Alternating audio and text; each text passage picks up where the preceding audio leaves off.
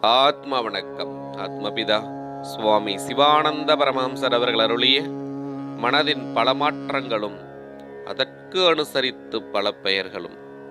குருவே, மனம் என்பது விஷ்ணுவாகும் என்றும் சக்தியாகும் என்றும் ஜலமாகும் என்றும் சுக்கிலமாகும் என்றும் கற்பித்தீர்கள் அல்லவா?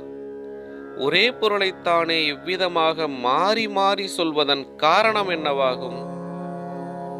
அது ஒரே பொருளே, வஸ்துவே ஆகும். அதற்கு சந்தேகமில்லை. எனில் அதற்கு பல மாற்றங்கள் உண்டாவதால் பல பெயர்களும் உண்டாவதாகும்.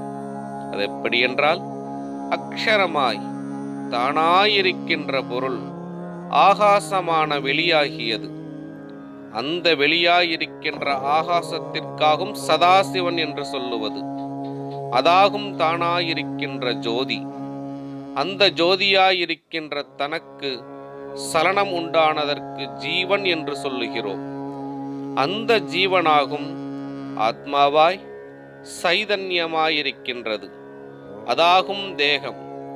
அந்த தேகத்தில் இருந்து ஆவியாய் வியர்வையாய் அக்னி சொரூபமாகிய சுக்கிலம் உண்டாகின்றது. அந்த சுக்கிலமாகும் மனம்.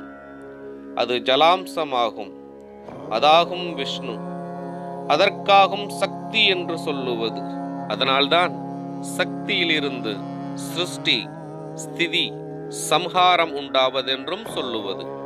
சக்தி இல்லாவிட்டால் சிருஷ்டி, ஸ்திதி, சம்ஹாரம் உண்டாவதில்லை.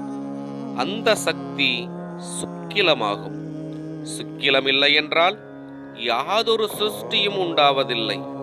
அந்த சுக்கிலமாயிருக்கின்ற ஸ்வேதஜமாகும் பிரம்மாண்டம். மனதின் பல பெயர்களும் தொடரும். ஆத்ம வணக்கம்.